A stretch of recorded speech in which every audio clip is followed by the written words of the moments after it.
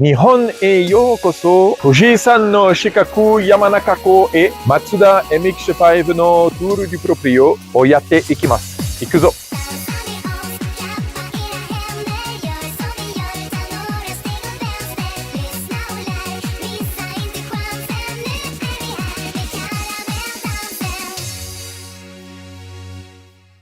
Minna konnichiwa, Suraidin desu. Atarashi vidéo o okuri shimasu.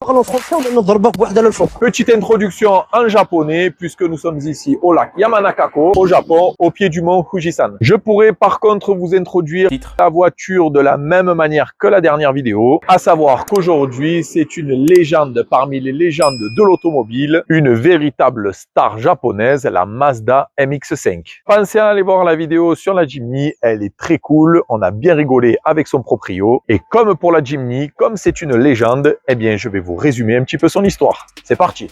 La Mazda MX-5 est une voiture japonaise.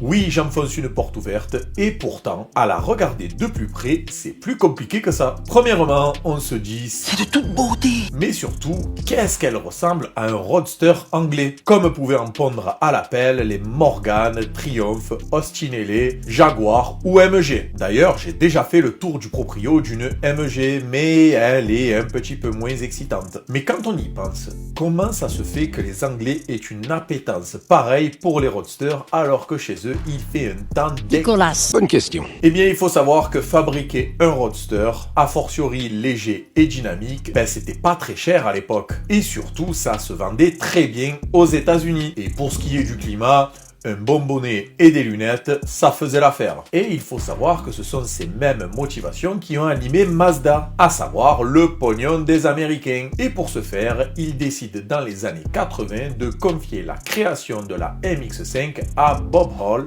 un Américain d'Amérique. L'Amérique. Je veux la voir. Non mais sérieusement, confier la conception d'un cabriolet de place, donc roadster, agile, léger, dynamique, à un cow-boy qui vient de nulle part. John. Enfin, pas vraiment de nulle part, parce qu'il vient du pays du gros V8, des immenses pick-up, de la légendaire Mustang,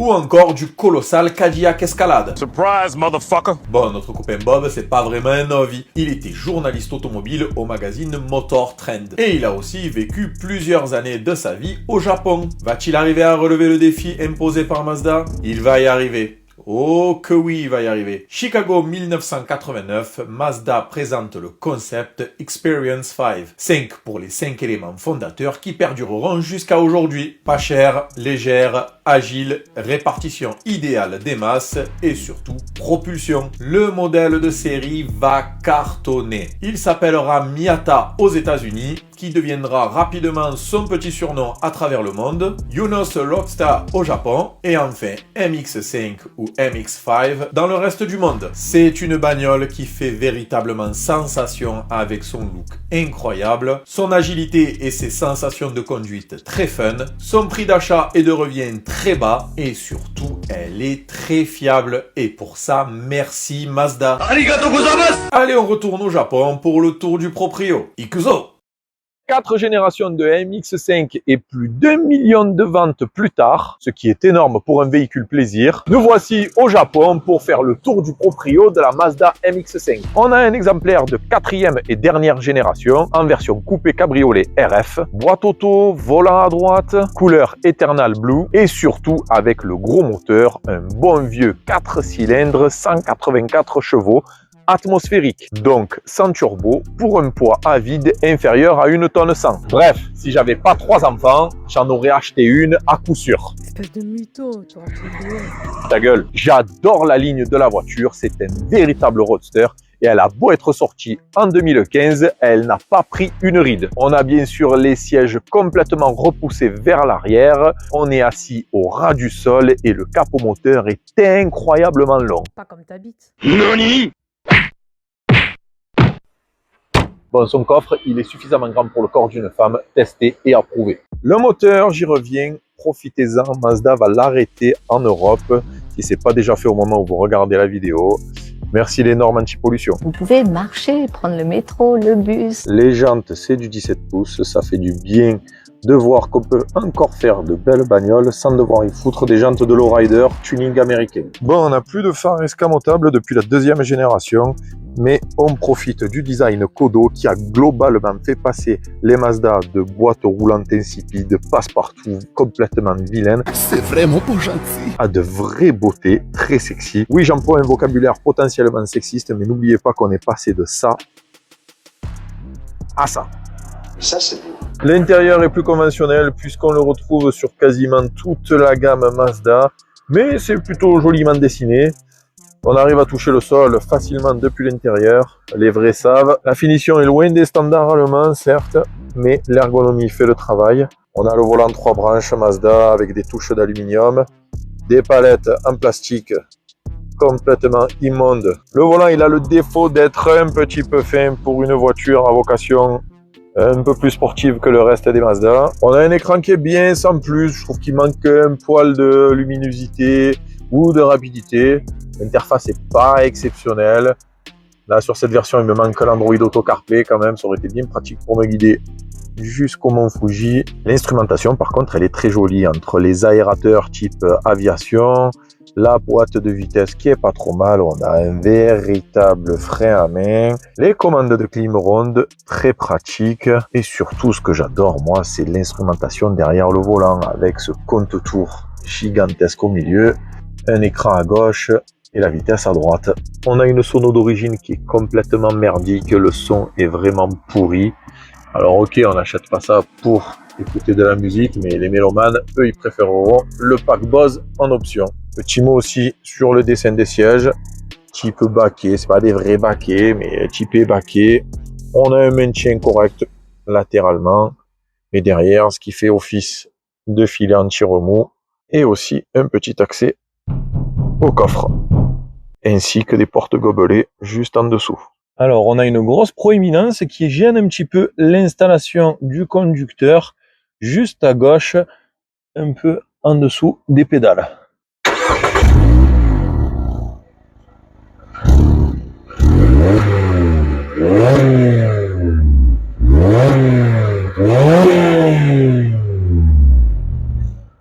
Démarrage sans clé pour cette MX5. On profite du feulement du 4 cylindres. Rien d'impressionnant, certes, surtout avec une ligne d'origine.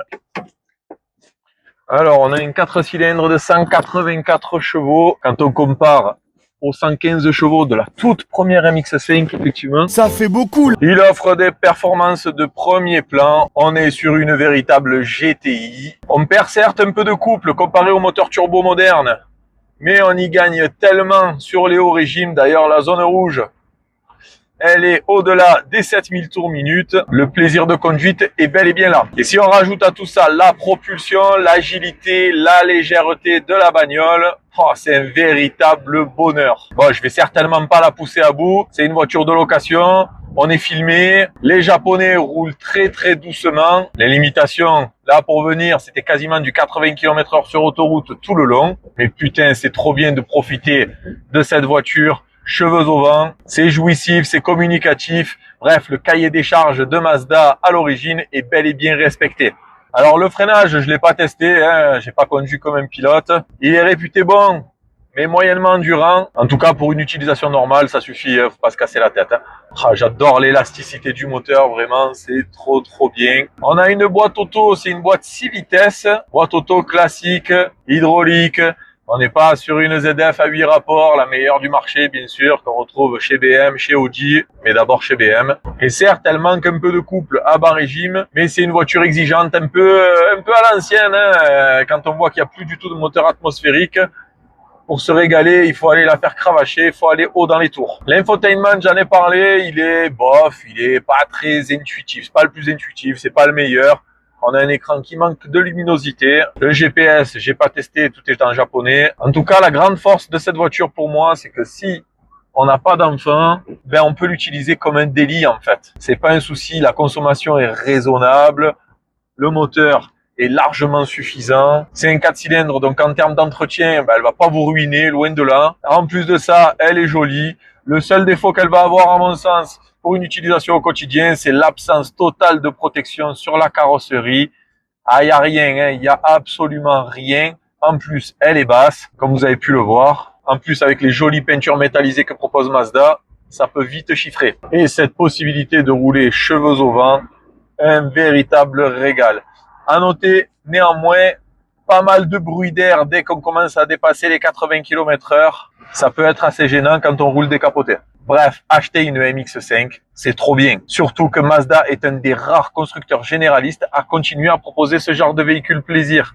Ça n'existe plus chez Peugeot, chez Renault, même chez Volkswagen. C'est, paraît-il, un signe de crise économique. Quand ça va pas, les gens n'achètent plus de véhicules plaisir et les constructeurs, du coup, n'en proposent plus. Donc, s'il vous plaît, donnez de la force à Mazda pour continuer à nous proposer cette légende. Et c'est sur cette injonction d'acheter une MX-5 que je vous propose de vous retrouver au bureau.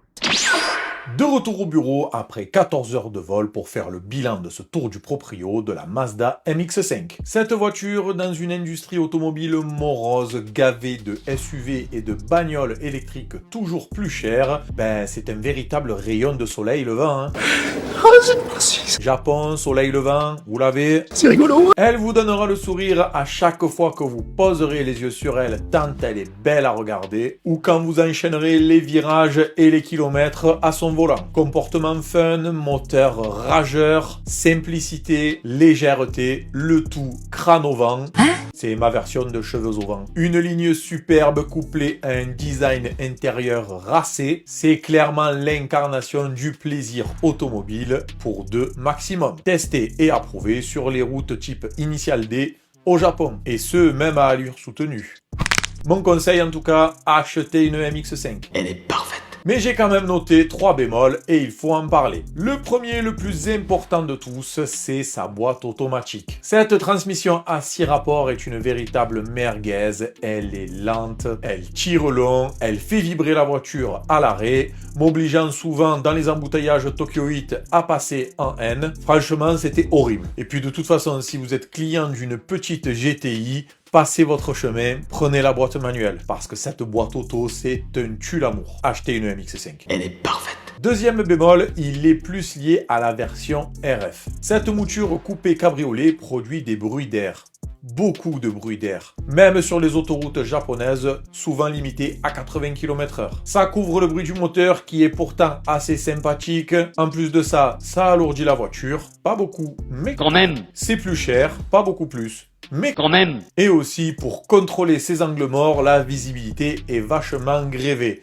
Je peux vous garantir qu'en conduite à gauche, au Japon, à l'étranger, avec une voiture de location, j'étais pas très serein. Enfin, troisième bémol, elle est un peu juste pour les personnes de grande taille. L'inverse des nains, quoi. Comme vous pouvez le voir sur cette séquence recapotage et décapotage, je touche un petit peu quand je suis assis normalement. Et du haut de mon 1m86, l'idée de jouer à l'arceau de sécurité en cas de retournement me plaît guère. Mais heureusement, le constructeur nippon a pensé à tout, puisqu'elle existe avec une capote en toile, donc plus fine que le toile de la version RF, avec une boîte manuelle 6 rapports, la boîte auto. Ça dégage. Et au miracle, à l'heure où je tourne, il en reste une sur le site officiel de Mazda, capote en toile, boîte manuelle et surtout le 4 cylindres de 184 chevaux. Vous savez, celui qui a disparu. Et oui, on ne peut plus le commander en neuf désormais. Franchement, cette configuration pour moi, Elle est parfaite. alors certes, je sais pas ce que vaut son petit frère à 3 pattes de 132 chevaux, mais celui-là, c'est un distributeur de bonne humeur. Je me suis régalé à l'amener régulièrement près de la zone rouge. Franchement, achetez une MX-5. Elle est parfaite. Surtout que niveau concurrence aujourd'hui, Y a plus rien. en neuf à moins de 50 000 €, il n'y a guère que la mini cabriolet qui pourra vous satisfaire. Mais ici, on est sur une 4 places.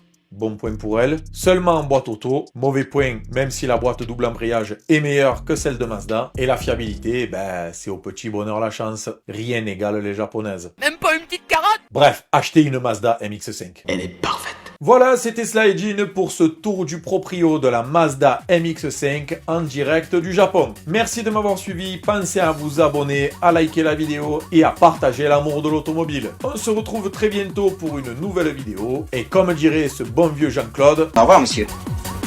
sayonara!